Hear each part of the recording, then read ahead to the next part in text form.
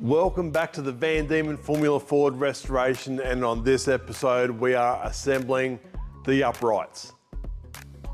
These are the Van Diemen uprights and they house the wheel bearings which can then house the outer hubs that the wheels bolt to. These also have the pickup points for the suspension arms as well as the brake calipers bolt to these, so a very important bit of gear. These have all been cleaned up, they've been checked, they've been crack tested, they've had the works, and for anyone who didn't see the episode when this thing come apart, this is exactly what they've looked like. And the video probably doesn't do it justice. They were pretty bad. They've been thoroughly cleaned, they've been caustic tanked, and then they've been put into the vibratory polisher, not to fix the surface finish, but also inside these. These aren't just a solid block of aluminium, they have cooling vents inside, and to get in there and to clean all the years and years of brake dust and debris and corrosion out of there, it's about the only way to get any media in there to clean that out effectively. Everything else has been cleaned up. We've got wheel spacers, we've got all the adapters for the steering arms, all suspension pickup points. On the back of these, they've got these plates that hold the wheel bearings in. They've all been cleaned, crack tested and checked. There's new bolts for everything, and we are ready now just to basically put this together, which should be pretty straightforward.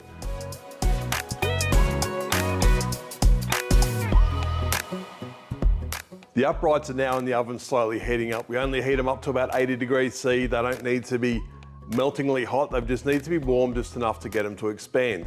The reason I use the oven, it heats them evenly. It's not like putting a blowtorch in there and heating up just the middle and not the outside, or vice versa.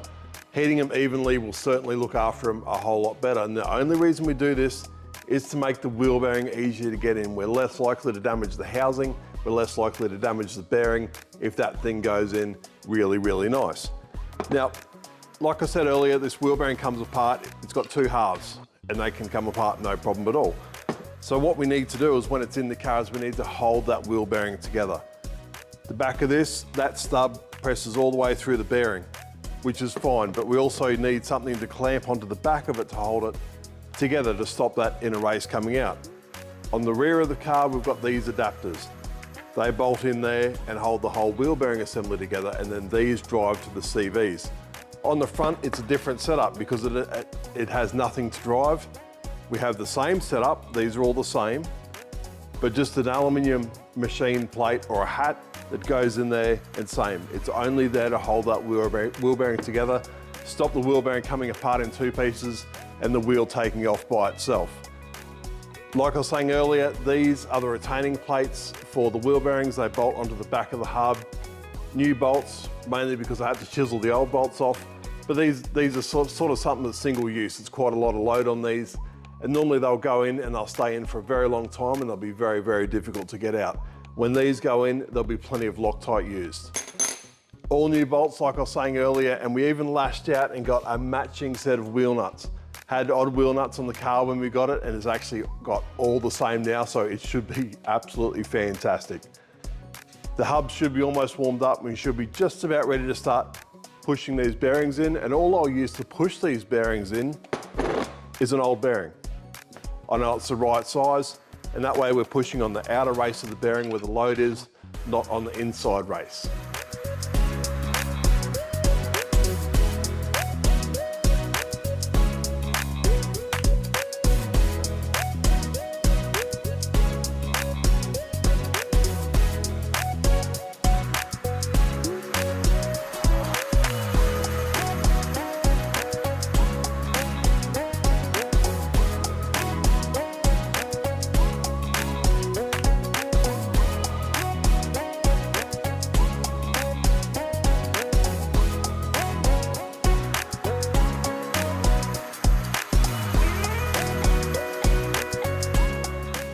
Wheel bearings are pressed in and the retaining plates are on and the bearings spin really nice and free, which is really important.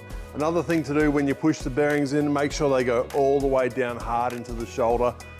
Don't rely on the plates to pull them down. These are just a retaining plate. They don't have enough strength to pull the bearing in, right? So these will flex a little bit, they have a little bit of crush on the bearing, but they certainly will not pull the bearing home. All these are pressed in, they all feel fantastic. Next thing we can get in is the actual hub where the wheel bolts to, the brake disc and everything goes onto this. This goes on this way, and that's another reason why I Loctited those bolts. If I don't Loctite the bolts, it's not a normal service thing to pull them out to get them, you know, to check to make sure those Allen head bolts are okay. These should just slip in like that one just did. Hopefully the other ones will just slip in, and then we can put the covers on the back to hold that wheel bearing together.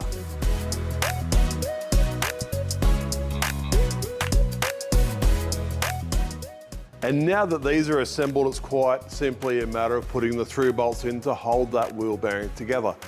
Now, the inner hub doesn't come all the way flush with the outside of the bearing. It's a little bit recessed.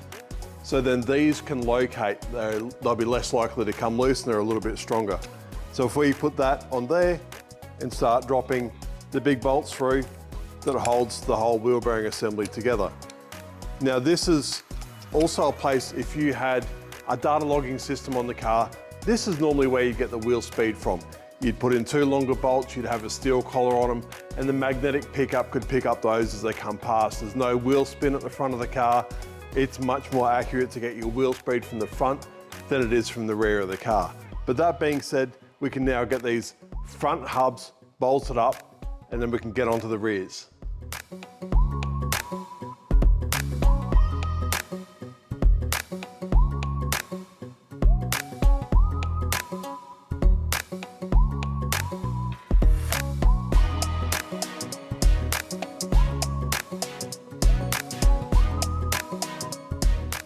On the rear of the car, it's a very similar setup. Instead of that blank plate, we have the one I showed you before that drives to the CV. So that bolts through that hub to the outer hub, then the CV goes on top of that, which is great. But before we put this in, it means we need to put the bolts in to accept the CV. Now these go in from the inside, they've got grooves cut into the housing so they pull in and they shouldn't come off. And then when this is together, we can simply slip the CV drive over the outside of that adapter hub. So knowing that, we'll put all the bolts in these first, and then, very similar process, push the bolts through, then we can tighten those up.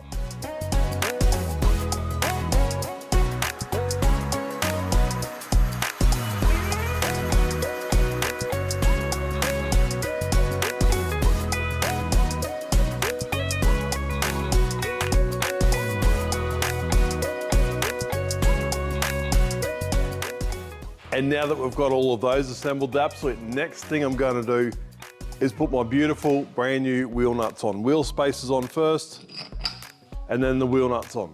And the only reason I'm putting these on is to protect the threads while we're moving around and working with these things. If we damage a thread, it's the end of the world. We've got to pull that whole thing back apart again, because they're actually bolts that bolt through from the inside. You probably saw them in a previous shot.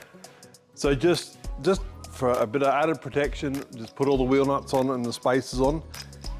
And then the whole idea was to get some mounting points for our suspension arms. At the moment, we've got the stud that hangs out the bottom of the upright. It's for the bottom suspension arm, but we still need to fit the mountings for the top suspension arm and the tow rods. Well, I'm definitely less excited about my matching wheel nuts now. We're one short because one doesn't have a thread in it, so we'll worry about that a little bit later on. These are the rear hubs. They've got the drive in it for the CV. And what we need to put on is the top suspension mounting points. So what these have is a steel dowel that's machined into the upright for that little bit of added strength. So these go on like that. And then on top of that, we've got these black billet bits of aluminium. These have also got dowels in them. They lock in very nicely. And then on top of that, once that's all together, we can then mount this bit. This bit's for the top suspension arm mounting and also the rear tow arm. So depending on which way we put that will depend on where the caliper sits, if the caliper is in front or behind the tyre. And we can adjust that on all 4 wheels. So I'd be pretty keen for your comments and your input on this. Where do you think we should put the brake calipers? Behind the tyre or in front of the tyre, and why? I'd love to hear your ideas. But now that we've got that all together, I can put some bolts in that and bolt them up.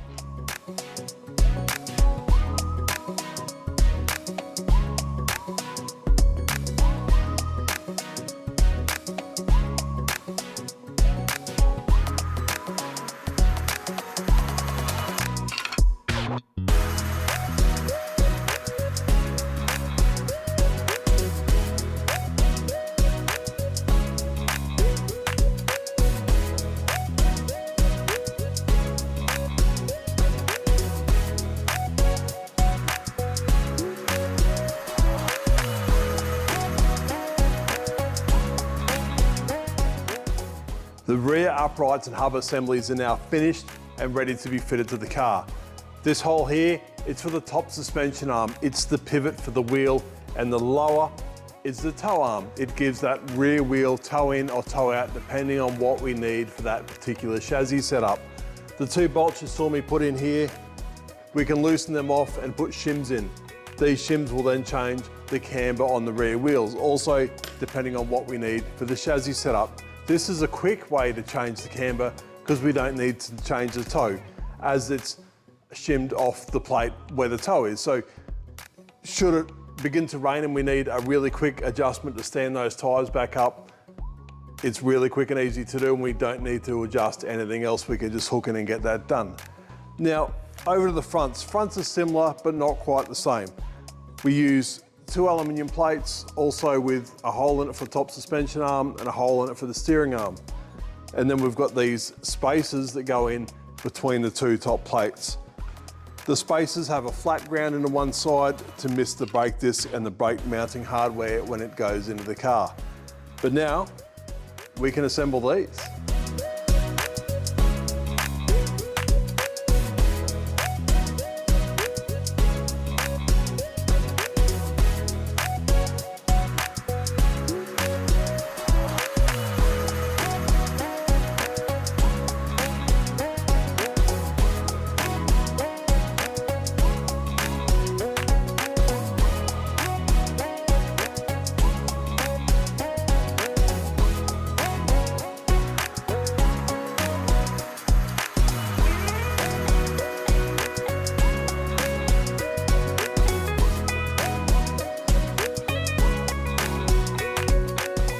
That is it. We have all the uprights and hubs assembled for the car and ready to be fitted. The fronts, same setup. That lower stud goes in the lower control arm. This whole top control arm and this hole here is for the steering arm. So when you drop that into that lower control arm and hold it with the top suspension arm, we can then steer the wheel with the steering arm. Not as nice on the adjustment as the rear with the shims. Should you change camber on the front, then you have to readjust absolutely everything else. It changes the toe and everything. So not the end of the world, but that's just how it is. But that being said, these are now done. We now have something to mount our suspension to. So next episode, absolutely 100% suspension arms are going to go on this car. We'll get the uprights mounted to the suspension and we'll power on from there. Thanks for watching. Subscribe if you haven't subscribed, and I look forward to seeing you on the next episode.